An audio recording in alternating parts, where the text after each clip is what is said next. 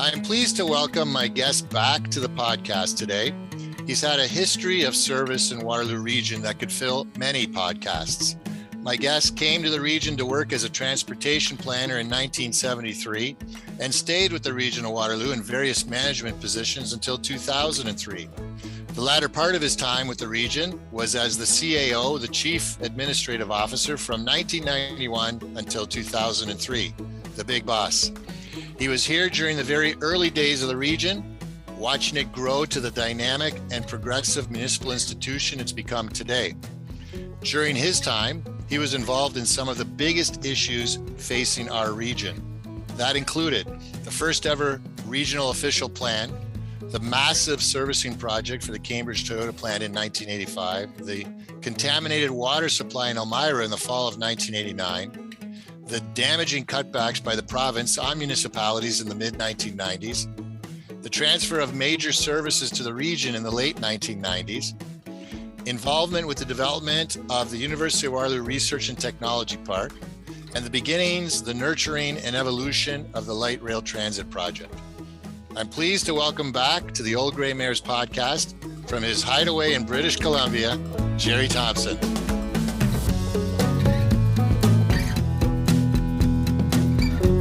Gerry, welcome back. Yeah, I did stay till 2004. Oh, actually. You know what? I think I always mess that up. I think I probably messed that up on the first podcast too. No problem. I'm an old dog. You can't teach me a new trick, I guess. No. We'll go with 2003 from now on. Now, Gerry, we're gonna talk about Toyota, okay? Yeah. But I just want to, as a quick aside, for a moment, because this comes up from time to time, is this concept of amalgamation in Waterloo Region. Yes. And I don't think you and I really chatted much about that. And I think we'll maybe pick a spot when we can have a further lengthier discussion on it. Sure. And when I was on regional council, I used to refer to the region as Snow White and the Seven Dwarfs. And the region was Snow White. And of course, the 7 municipalities were the dwarfs, and I never really disclosed who I thought was Grumpy, although that was he was south of the 401. But we all sort of knew. Good. But what's your general thought on amalgamation in Waterloo Region? Well, again, I have to start from a bit of an historical point. There was a large study commissioned by the province of Ontario prior to 1973. I don't know exactly when it started, maybe 3 or 4 years before that. And it was called the Waterloo South Wellington Study. So the province's musing about regional government and amalgamations and changes of jurisdiction and so forth were being tested at that point in time by Darcy McHugh, who was the Minister of Economic Development and Intergovernmental Affairs. Right. No, he was the Treasurer, in Intergovernmental Affairs. In any event, this study was commissioned and was participated in quite broadly.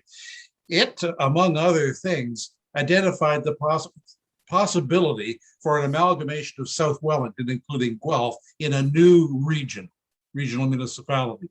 Obviously, that didn't happen, but that was part of the contemplation at the time. Within the boundaries of what we call the Region of Waterloo now, that study identified a range, 3 or 4 or 5 different possible urban forms. And it toyed with the idea of establishing an 8th municipality in the Ontario housing lands that had been assembled in the general vicinity of Toyota. Oh, interesting. Yeah, so there's a lot of background to this. Yeah. So when the region was formed and came along, we did the first official plan. One of the things we did, among others, was examine all these alternatives that had been developed in the Waterloo South Wellington study. Since it was actually a very well-researched undertaking with a lot of good data in it. And so the concept of amalgamation or changing municipal jurisdictions, consolidations, whatever, was really advanced at that point in time and then taken up by the region and studied further as part of our planning efforts in the early part of the region's history. So I think that the concept of amalgamation was always there in the background. Obviously, it was vociferously opposed politically by certain elements within the region, not not certainly including the city of Cambridge. And, well, I think all of them. They all would have had trouble with it. I know the townships are keen on it, are not keen on the idea. Well, it's interesting. In the early days of the region, the city politicians couldn't decide whether to be friends with one another or to kill one another. Why is that? Why? I know they were all in competition. And so the old gray eminence in those days came from the townships. The people who spoke most plainly, logically, and without any invective generally came from the townships. They were very prominent voices on regional council in those days, while the others were bickering and fighting among themselves. So the support for an amalgamation concept was certainly not strong in those early days. Certainly not strong. Yeah. But it was opposed, I think, more by the cities than it was by the townships. Well, why don't you tell me your view on whether you think it's something that we should do or not do from your perspective, from your perch? From my perch, I very publicly supported amalgamation. Yeah. I was not ambiguous about it at all. Based on the history that I had accumulated up to the time when the decision was made to not include it in amalgamation. And that was in the 90s, mid-late 90s? Late 90s, yeah. Yeah. Up until that point in time, I had accumulated a lot of evidence in my own mind suggesting that we would be better off as one municipality, that we would have more clout from an economic development point of view, that we'd be able to streamline services much more than we had at that point in time. I would not suggest that we would have saved money. I just think the product at the end would have been better. Interesting point, because the money saving aspect is always the argument that's thrown out by the pro amalgamationists as the reason for going ahead with amalgamation. And it wasn't my reason. Yeah. Because I don't think we would have saved money. I think we would have spent more money. Right. But I think we would have had a much better product at the end of the day. Gotcha. And we would have had a greater presence within the sphere of what was going on in Ontario and in the country for that matter. Right. And that's the perspective that I looked at it from. We had a lot of politicians. When you add up regional council and all of the areas. That comes up. Yes, it comes up. It was a plethora of politicians. I think we probably could have got by with fewer. Yeah, maybe. Now there's another train of thought from eminent to people in other spots that says you can't have too many politicians because it adds to the robustness of the public representation. Right. People's access. There's a balance in there. There's a balance. I think there is. We're probably one end of the pendulum. I think we were, yeah. Or are still, yes. Still are.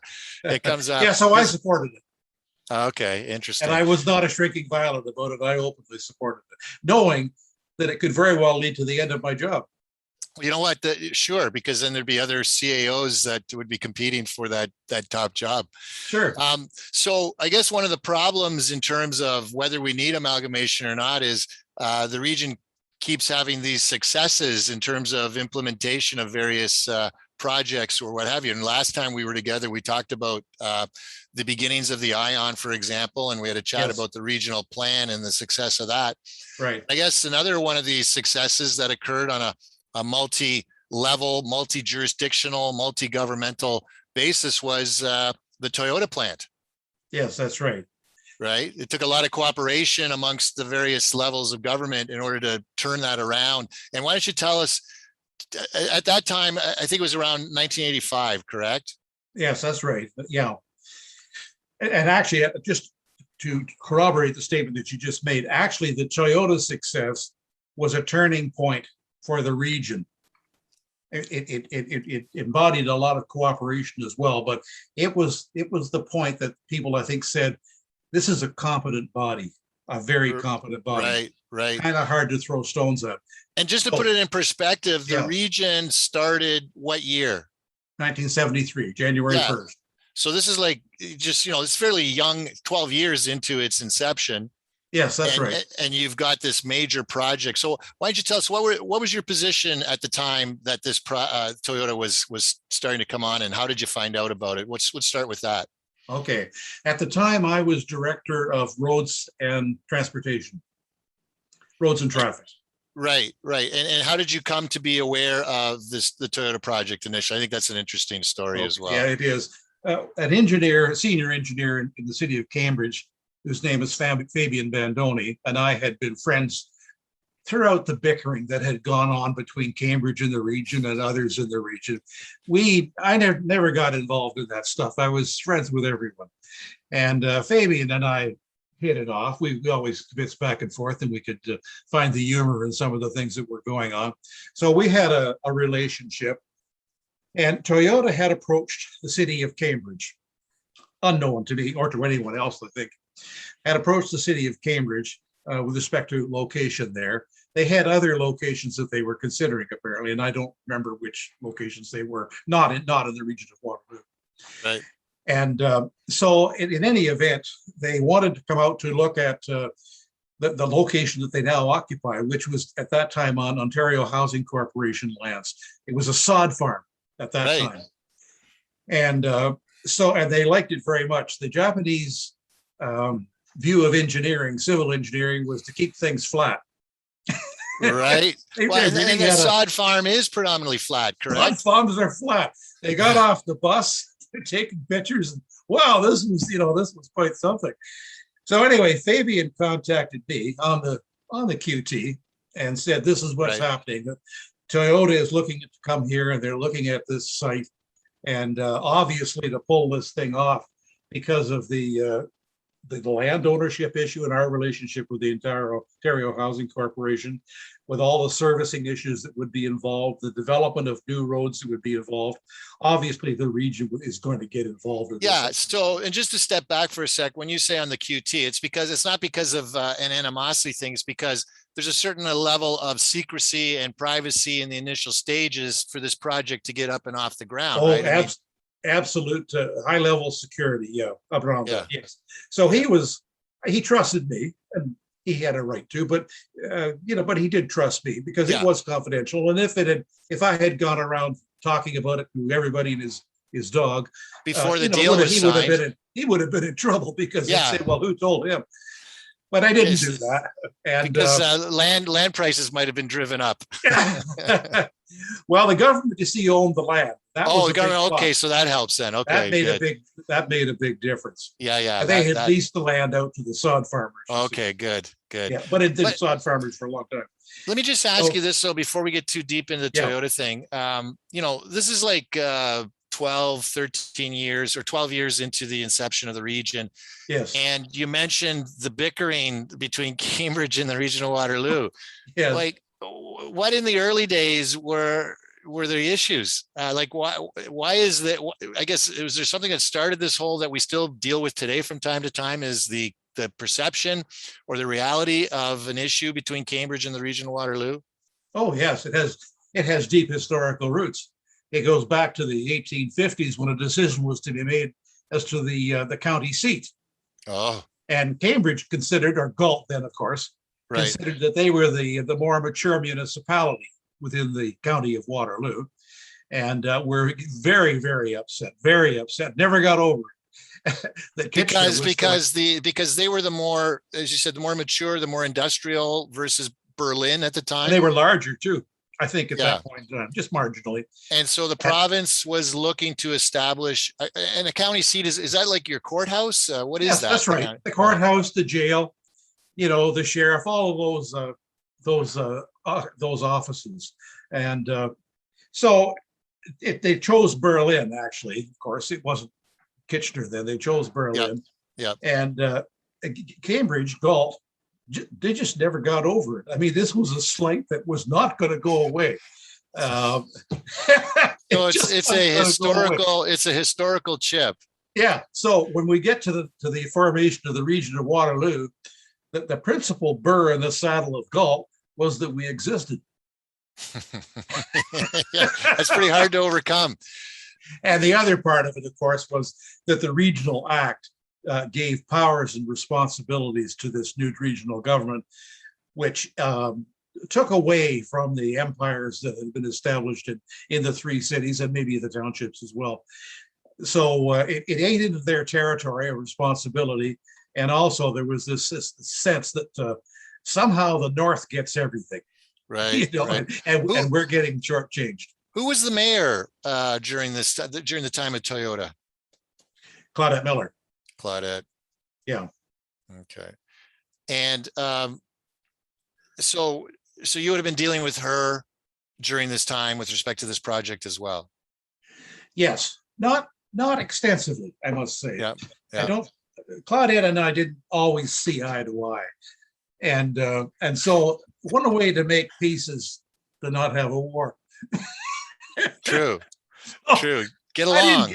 I didn't get into her. I think it because of the relationship that what became established between us relative to highway projects well prior to that, I probably wouldn't have been her first choice to lead the project. You're talking about was that the boundary road, the south boundary road, or what? It was the West Side Arterial, called the West Side Arterial. Yeah, right. And but it wasn't her choice to decide who was going to lead this project, so she put up with it. We were cordial, but I didn't have a lot to do with Claudette.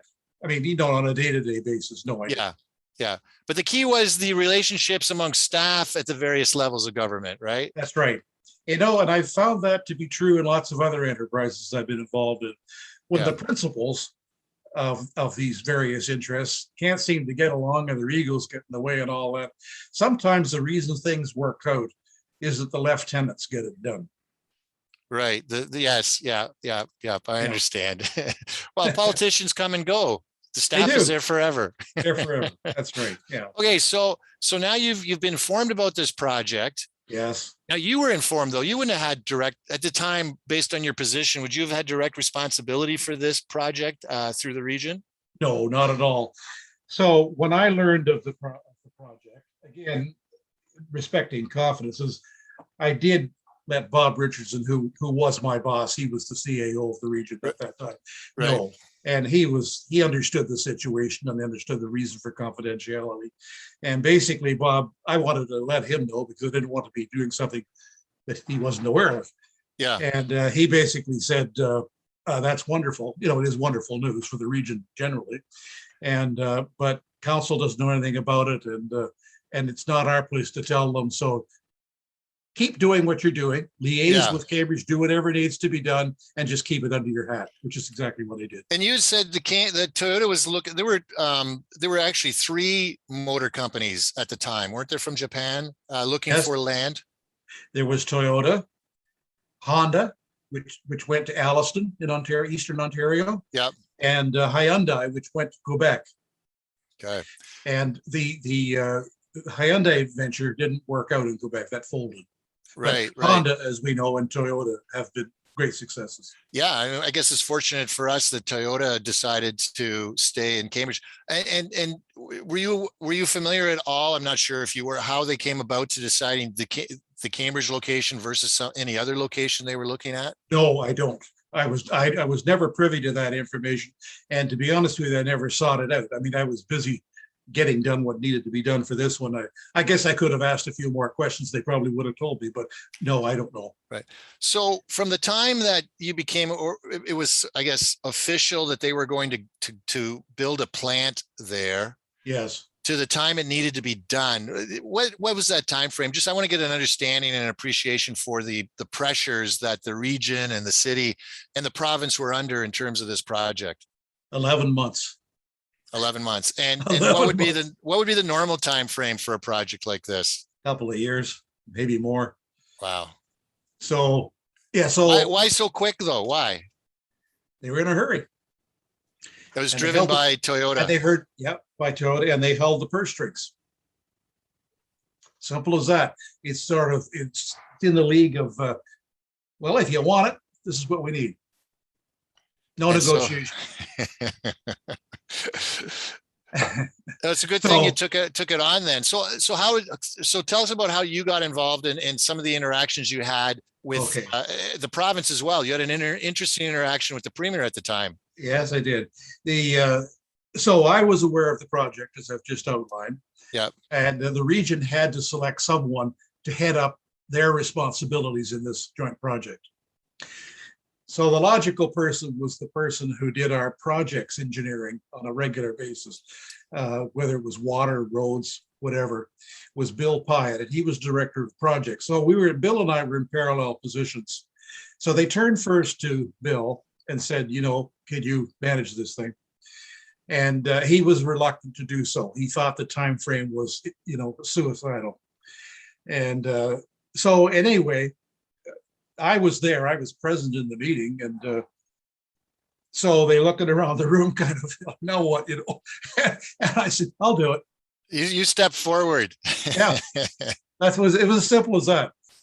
So at that point, then I was identified as the project lead for the whole project. There were sub parts of it, and Cambridge was part of one of those sub parts of it. So 11 months, the province had just passed through the legislature the Environmental Assessment Act, which is a good thing. But they had just passed this piece of legislation, and within that legislation were all kinds of mandated timeframes. So much for public consultation, right? So much for these other phases, all these things that had to be done. And I looked at that and I thought, well, just add up the consultation phases, and your 11 months is gone. Right. So it couldn't work. It wouldn't work. So we made a date to go and see the premier. It was David Peterson. Yeah. And we met in the cabinet room. The province had identified their project lead as well. His name was Gerry Johnston. He had been an old boss of mine at the province. A wonderful guy. Right. He was an assistant deputy minister. So Gerry and I are there with our associated people, the premier's there. And so the premier asked me, David said, can you do this? And I said, sure, but I can't do it and follow the strict provisions of the Environmental Assessment Act that you've just passed through the legislature. That can't be done. And he said, well, it just went through the legislature. I can't just, I said, well, you want a car planner, don't you? Yeah. Yeah. I said, okay, these are the rules. I will do everything in the environmental. I will tick every box, but I'll tick them lightly. I can't adhere to the consultation front. We'll have consultation, but it'll be like a day or two, not going on forever. Right. There cannot be people assigned to the project on the province's part, like the Ministry of the Environment or all the other ministries that are involved in these things, who send representatives to meetings and then go back and talk to their principals, and then a week later you get it. And that was the second part. You wanted people who could make decisions right away, promptly. Don't send anybody that can't make a decision on the spot. When we have a project team meeting, everything is yes, no, I'll do it, when, how, done. Right.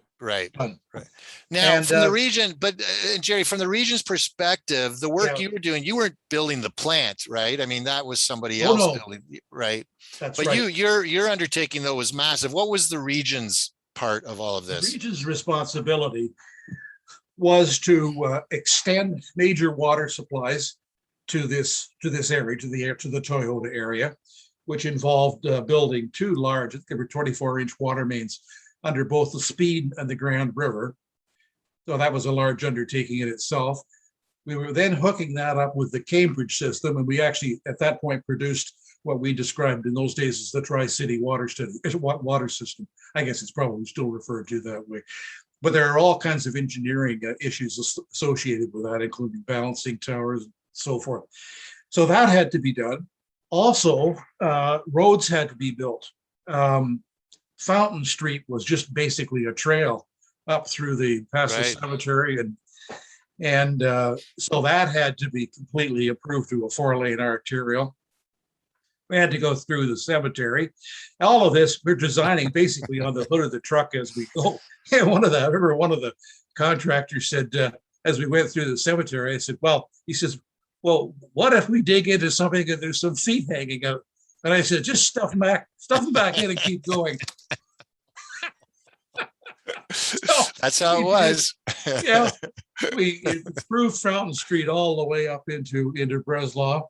We Yeah. built Maple Grove Road from scratch, essentially, and then we had to provide all of the drainage. It's at the Toyota site. It's a big site, and Yeah. the Japanese, as I mentioned a little bit earlier, wanted the site to be flat. What they wanted to build on had to be level. They didn't want to, account for the drainage by changing the elevation of various things. So that meant that to do the drainage works, which were massive, we had to change the grade. In other words, you have to go deeper. Right. And so that the excavation work involved in doing the drainage work around the Toyota plant was extremely substantial. And then, of course, there were other elements involved. Cambridge Hydro brought the hydro into the site. The province brought a rail spur line into the site. That was part of their contribution, in addition to the softer elements. And we had to provide water for the painting system in the Toyota plant because it was a water-based system. It had to meet very stringent criteria to be used in their painting process. Right. I'm probably leaving a few things out, but it was sure. But I think what this shows us, this Toyota project, while it was rapidly deployed, yes, brought also had like a ripple effect of massive significance for the city of Cambridge in terms of the utilities that were brought to that point. That's right. Absolutely true. It had a massive significance to the city of. The obvious thing is the appointment from the Toyota plant, but it had all those other hard to service implications as well. And the land adjacent to the Toyota plant, basically on the other side of Fountain Street, although it's probably much expanded now, became an industrial park into which a lot of Toyota subsidiaries located, because Toyota liked to have a piece of the action of their suppliers. Sure. And Cambridge itself was able to develop more what they call East Side lands to expand the industrial employment lands base, because Kitchener had nothing left and Waterloo really didn't have much. So Cambridge had a wonderful opportunity to grow that over time. Took a while to get it all organized, but the Toyota project basically provided, one way and another, with the fundamental grid upon which they could build. And Cambridge did a good job of doing the development of the industrial development around it. How are you able to say, in terms of like how many kilometers of road or kilometers of water piping you had to put into this to get this up and going in the 11 months? Is that I can't. It's in the book. Yeah, but I can't remember it off the top of my head. It was substantial. Yeah, we did measure all that, and I think I recorded that. But it was a lot. It was a lot. And of course, we're also building in the winter. Yes, there's a story. Yeah, there's a story on that I'll bring up. But the whole project, from the region's perspective, and I guess every person or company that was involved in this project, it got done on time. But from the region's perspective, it got done on time and on budget. Correct? That's correct. And we had a stellar record at that point in time for coming in on budget. Yeah. This really began that, and I guess so. All of the projects that I did, of which, 1 million square feet of buildings and all the other things, after I became commissioner of engineering, they all came in on budget. Yeah. But before that, we had a checkered history. Yeah, and I saw that something to do with some of the water works projects and the Sunnyside Homes renovation. Some challenges in those areas. But just on this project, just two stories I wanted to relate that I took from your book. One was about Collins Regional Car. Oh, yes, at one point in time, the site was like the Western Front. I mean, it was all under construction and big rocks and stuff around, but there were trails through it. And I was hosting a tour by the provincial representatives, the Gerry Thompson and his people, but I didn't have a regional car. And Colin Galloway, my manager, one of my managers had a car supplied by the region. So I said, "Hey, Colin, can I borrow your car?" "Oh yeah, fine." So I took these fellows out to view the site. We're driving through the construction site in Colin's car, And I guess I was gabbing away and not paying enough attention. And to cut a long story short, the car landed on a big rock. It was a big rock, and it pushed the engine through the hood. So Colin, I said, well, I'll have to fill out a damage report for it, because I was always after him for that kind of thing. So anyway, called one of the mechanics from the region came out, and a very droll fellow, looked at me. Of course, I'm the big boss there, and he says, well, I think it's dead. You have a good vision of that. Hey, yeah, so we hold it. The verdict. I think it's dead. It was a bit embarrassing, but what are you going to do? Yeah, exactly. And the other story, and it relates to the fact what you just said about construction during the winter. Yeah, was when you had to get that second lift of asphalt on the roads. Yes, we plowed the snow to pave. Yeah, because they said there was 3 to 4 inches of snow, and is that normal to be? That is not normal. That would be recommended against. That is bad practice. Never do it. But the time was right. It was 11 months. So they said, what are we going to do? I said, plow the road and pave it. Yeah. And years and years later, like 20 years later, that pavement was still in perfect condition. So there you go. Yeah. You should have submitted that to some pavement engineering conference. It's not as bad as they think overall. Oh. But so Toyota was an example of a regional success, and you were working with Cambridge throughout on all of this. Throughout that, yeah. Yeah, and it was cooperative at a staff level. Everything was good. Oh yeah, no problems at all. No problems at all. Now, I just want to touch on. I noticed this in your book, and you had mentioned it to me in an email recently, was this concept of public entrepreneurship. And that's something that in your book you said sort of became the concept sort of galvanized for you with this Toyota project. And why don't you explain what it is and how that came about? Well, I guess beginning with the Toyota project, I realized that even as a public administration official, you could be proactive. You didn't have to sit back and simply wait for direction or administer the status quo. You could take an active role in promoting things on a meaningful scale. I mean, right. Throughout all of this, you still have to have political approval. I mean, we're not operating in a vacuum, but you establish a record for being able to think on a little larger scale and get it done. And basically you're selling dreams. Yeah, I think that's in many respects, you're saying, what if we did this? Right. Yeah. And I think it's wholly appropriate. I mean, it's similar to, I just did a podcast recently with Mike Murray, your successor. We talked about, we spent the whole time just talking about the role between the relationship and roles of staff and politicians in terms of, who's running the ship or steering the ship or what have you, right?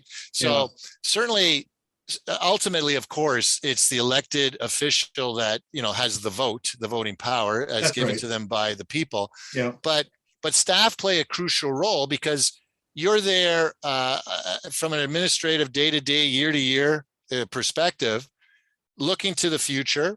Yes. Beyond just now it's 4 years, but back then 2 years or 3 years of a political term. Yes. And trying to guide that future forward. And I guess if you're a passive staff, you're not really employing what you call a public entrepreneurship role in terms of looking for opportunities.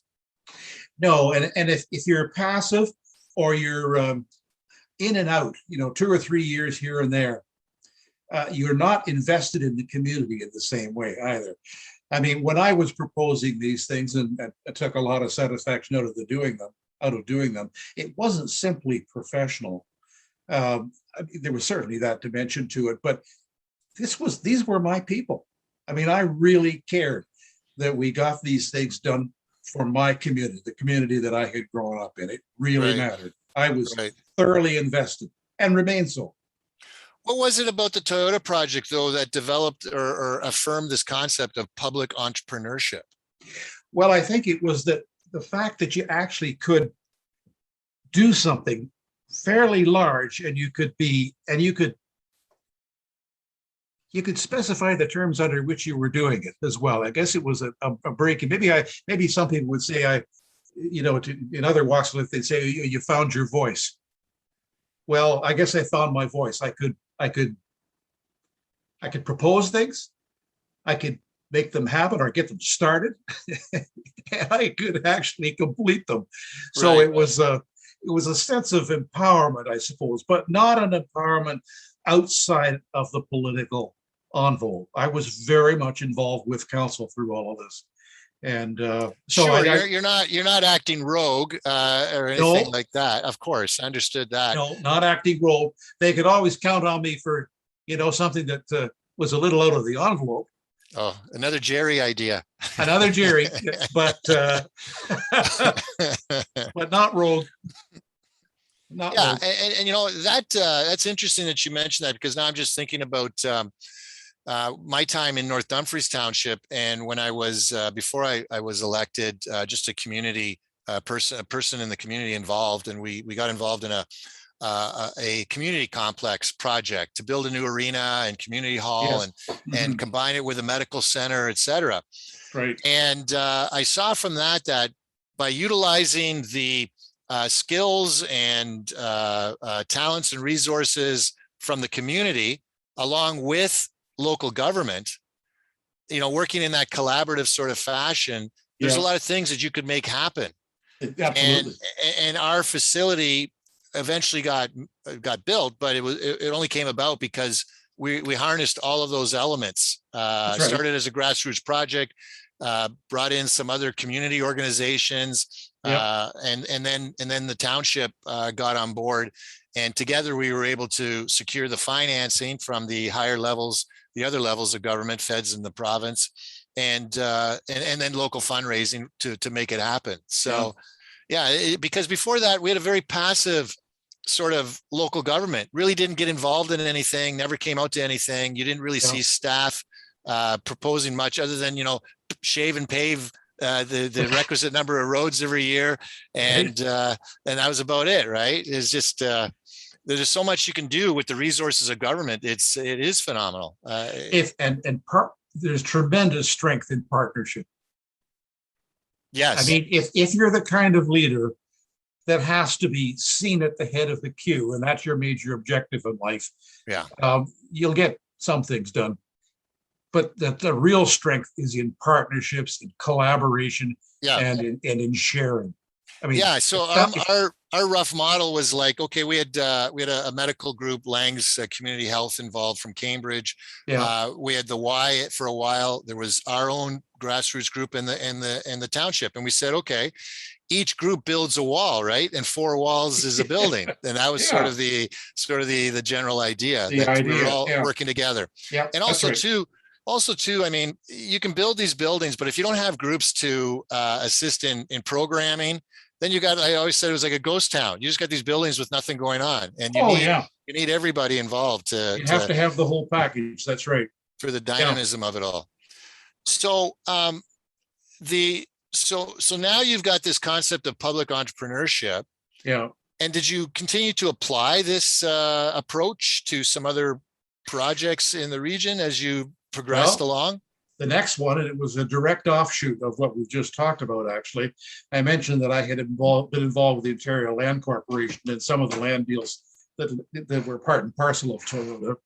Yeah. And but they were other Ontario Land Corporation lands beyond Toyota. It wasn't just the Toyota site.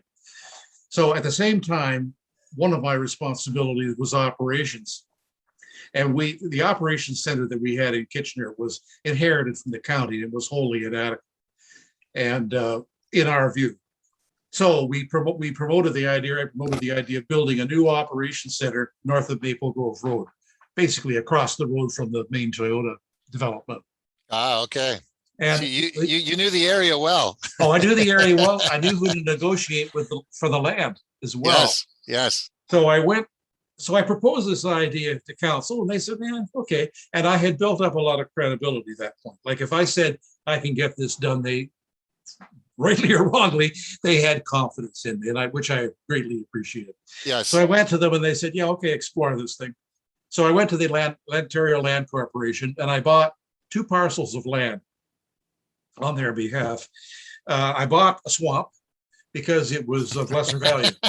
Is this in Florida? Yeah. I knew that I could engineer the site. Okay. But it was lesser value because it was a swamp. Right, right. And I bought the land also that the regional police headquarters got built on a little bit later. So I had the project going. We designed the thing. Bill Lobbin from Kitchener was the architect. Yes. And that was my first adventure with Bill, who was a wonderful guy to work with.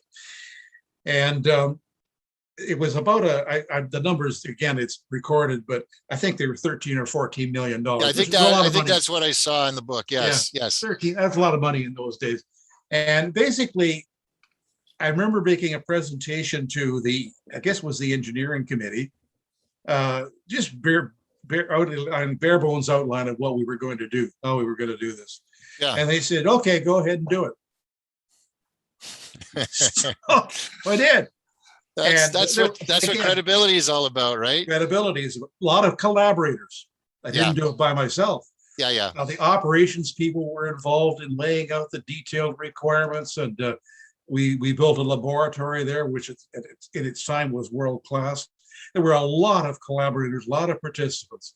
But we built the operations center. I think near the end there was one more presentation to engineering committee, looking at the plans that had been built. Essentially was done. And I remember they came out for one tour on the building site. They came out in the bus, and that was it. Yeah. And so it came in on time, on budget. Right. And yeah. So that was one of them. The next one, I had done smaller projects. We did a renovation of the old Economical Mutual Insurance Company building on Herb Street to turn it into Division 2 of police. Right, right. There's a little bit of an interesting story there too, if you want it. But anyway, sir, go ahead. What is it? Oh well, it was a bank, right? Yeah, basically. So we were going through the just off of King Street, off of Herb, right? Or was that Regina? Right. Or Albert, not Regina. Albert. In the front. Very good looking building. I thought good police division. And Larry Gravel was police chief by this time, and Larry and I got on famously. Anyway, so we're tearing this building apart to renovate it for a police headquarters in Waterloo, and so it has a vault because it's a bank. Yeah. So, and it's pretty massive. So we go into the vault, and I said, well, what are we going to do with this? Oh, this is fabulous. We'll hang a single light bulb in the middle. This will be our interrogation room. Ouch. Anyway, so we did that project. But then we got Division 1 in Kitchener on, I thought I'd never forget. Maple Grove or Frederick? No, in Kitchener. Downtown Kitchener. On Frederick Street. Yeah, on Frederick Street, yeah. That was police headquarters of the day. Yeah. And they were growing out of it. We needed to do police headquarters, and they wanted to leave that as Division 1, which it is still. Gotcha, yeah. So I had negotiated the land as part, when I was doing the operations center, negotiated the land for another site, just adjacent, basically almost on the same campus as the operations center. And we designed and built the police headquarters on that site. Yeah. Now there's a funny story with that one too. I was part of the ribbon cutting group for the police headquarters. Yes. And after I got through, I was driving back to Elmira to go home, and I got a speeding ticket. You didn't have Chief Gravel's card inside with your driver's license or anything, eh? No, actually, I guess Larry actually wasn't chief. It was he came just slightly later. Oh, okay. Yeah. Harold Bassey was chief. Oh, right. Okay. Oh, right. okay. Yeah. Another good guy. That's another good guy. Another interesting story. Guy, yeah. I just want to ask you quickly though. Something caught my eye in the book, and it caught my eye because we've talked about not you and I, but the community has talked about this structure recently. Yeah, it's the old bomb shelter. Oh yes. And you referenced that you were having meetings in the old bomb shelter. Oh yes, we we owned it, of course, but it's a bit of an unusual still building. Still do, but it's dilapidated considerably. Oh, has it? Oh dear. I don't know whether that was a good idea or not. But anyway, yeah. So it had no elevator because it was a bomb shelter. So there was, I forget how many steps you had to go down to get to the lower level. But it was a lot. But going down wasn't so bad. It was coming up. But anyway, Right. it was outfitted with sleeping quarters and cooking facilities and World War II radio equipment and all, Yeah. it was maps all over the walls for different things. So we wondered what to do with this thing, and we didn't have the meeting space that we needed in the Marsden Center at that point. It was a transition point. And we were doing a major transportation study out of Marsden Center at the same time, which required a lot of coding, like a lot of coding. Yeah, a lot of coding. So where to put all these gals that we had hired to do the coding. So we put them in the bomb shelter. So the people were working. So it was people were there working. Oh, like yeah, that's when they reported to work. And there were all these desks, you see, for the different offices related to a nuclear attack. So they're all sitting at these things doing the coding. That's where that was done. Oh. And then after that, we did our emergency services people did training down there. Right. I've forgotten some of the names, but in any event, Bert Boone was one. No, not Bert Boone. No, forget that. Anyway, that's wrong. But they did training down there, and then later on we used them as general meeting rooms.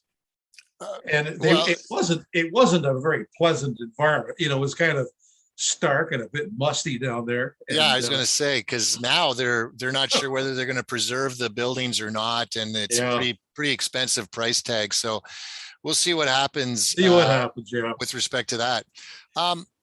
Tell me about I want you to talk about the Research Technology Park and what was your involvement in that project. The research, and there's a few fuzzy details. We actually raised from money that the province rebated to the region and its area municipalities, not just the region. We raised $40 million to support the Research and Development Park. What was this money from? Was it earmarked for something in particular, or? No, it wasn't. When it came to the region, and I'm sorry that I can't remember the specifics of. That's all right. But it came to the region and the area municipalities and didn't have any strings attached to it. So that's nice. Yeah, it's pretty unusual. Yeah, absolutely. In any event, we decided as one of our strategic priorities to advance the notion of the research and development, the research park. And the cost was, I don't remember what the cost, but the $40 million paid an awfully large chunk of the total cost. But you had to convince all the municipalities. I guess each municipality got their own share that they could do whatever they want with. That's right. And we convinced all of the area municipalities to chip their share into one bucket with the region to do this thing, because we had convinced people, and I think quite legitimately, that doing the research park would pay off. There'd be a return on investment for everybody that participated. Even though that's unusual too. Yeah, well, and it's in Waterloo, right? And it is in Waterloo, up in the big bad north. So some people held their noses, I guess. Yeah, I guess they did. But anyway, we had the $40 million, and I was working with David Johnson through this period. And he was the president at the University of Waterloo at the time. He was president of the university, and I'd had a long association with the university too, so it wasn't out of the blue. But I was working with David, and we were putting this thing together. And he had various ideas before for how to use the North Campus, which I vehemently disagreed with. Well, like what? Give me an example. But anyway, this came forward, and we were all. But Gerry, give me an example. What was it he wanted to do that you disagreed with? Well, he wanted to sell off substantial tracts of it for seniors housing. Oh, okay. And I said, "Oh, there's nothing wrong with seniors housing, but you'll never get the North Campus back. I mean, this is don't squander that Right. land, even if you don't do anything with it. Don't squander it." Anyway, we didn't.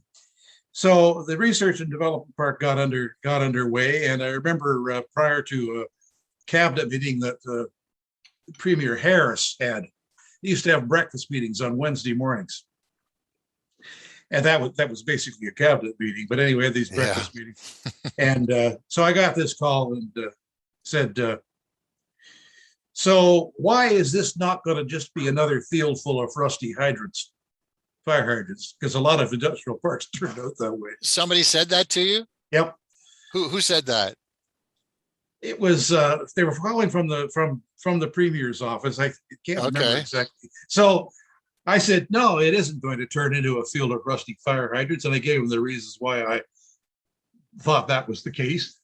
And that was the end of that conversation. Then we got approval. So then I had to deal with the Solicitor General's office in Ontario, the lawyers. I don't even remember why they were there, but the meetings went on forever and ever. I mean, it just about drove me bananas about little technical things to do with the development. And I remember, what was Gerry? Why was the province involved in this? Like, this is land owned by the university, right? I mean, it's owned by the university, but the province was chipping in money as well. The 40 million didn't cover everything. Oh, okay. So there's additional funding coming. There was additional funding, and I can't remember what the balance was. Right. But in any event, they got very, very picky about the whole thing. And I was used to this kind of thing by now. Dennis Huber, who was the vice president of administration of the university, would come up for these conference calls we had in my office. And Dennis, another good guy, he would be rolling on the rug in my office. He couldn't stand it. He said, how could you put up with this stuff? You know, what are you going to do, Dennis? And so anyway, eventually we got it done. But the nub of it was that we had to promise to take 10 million out of the pot and build an innovation center on the research campus. That was the condition. So we agreed, and we did. And so how did this concept come about in the first place? The innovation center? Yeah. How did that come about? Like how do you just, like, you see this land and this is what you're thinking about doing out there? What? Well, we certainly thought jointly about the research part. There's no question about that. The accelerator center, the innovation center, which became called the accelerator center, was not my idea. That actually came, it was a good idea, but it didn't come from me. It came from the province. Right. And it came through one of the directors of economic development that I was on a panel with, and I can't remember his name, but he pushed it at the provincial end, and then it was included as a proviso in the deal. And we bought into it at our end, and we did it. But the idea wasn't mine. It was excellent. I mean, it was a brilliant move. Well, it was a good move. Yeah. It was worth all, present company accepted, Rob. It was worth talking to all those lawyers for. Thank you. Appreciate that. So that was another example of what you would call your public entrepreneurship, where you're gathering the resources of various levels of government. Was there was a private component to this as well, or the university was sort of that, what you might put into that quasi-government, quasi-private? Yeah, no, there wasn't a private component to it. It was the university and ourselves and the province. But a lot has come out of that. If you take a look at, if they assessed the businesses, the tech companies that have risen from that accelerator center, I think it'd be a massive story. Yeah. Oh, absolutely. And again, back to your comment that you can build buildings, but you have to do something with them. Yeah. So we built the accelerator center. We had grand plans for how that was going to work. We then had to come up with a board for the accelerator center as a corporation, and we tried to do everything at a very high level to write the board rules at the it was excellence all the way. That was our objective. And we had quite a bevy of people involved. The board consisted of some extremely high flyers, including people that would be eventually angel investors. And it was a high profile board. Right. And so that again, and then we had groups identified that were like an angel investment community as well as addition, and then others that were involved. So we built a whole structure which pulled in all kinds of people from the community, people who could make things happen. It was sort of the start of an ecosystem that has grown considerably, which is really one of the massive drivers of our current success in the region. When you look at Waterloo and you look at Kitchener, for example. That's right. And I guess as background for some of this, I guess I was the right guy at the right time, because I had been very much involved in the formulation of Canada's Technology Triangle, which you'll recognize the name of, and also involved with the tech community. What's the other? It's called. It's a tech organization. Anyway. Communitech. Yeah, Communitech. I was on the board of Communitech as well. So I knew the actors. Yes, they were all familiar faces, and by that time, again, for better or for worse, I had built some reputation as somebody who could get it done. So it was a very happy kind of project. Yeah. So Gerry, we're going to wrap up for today. Yeah. So our discussion took us from water pipes to tech companies. But you know what? We'll get together again another time, because I have an interesting story on CTT and industrial development and what transpired, and you'll be able to give some good perspective on the early days and the parochialism that kind of hindered some of that development as well. It did, but it finally got sorted out. It did. But anyway, listen, thanks again for being with us, and all the best out there on the left coast. Thanks for doing this. See you, Gerry. Bye-bye. Bye-bye. Thank you for listening to another edition of the Old Grey Mares podcast. If you have any ideas for stories or people you would like us to interview or reach out to, please feel free to contact us. And thank you again.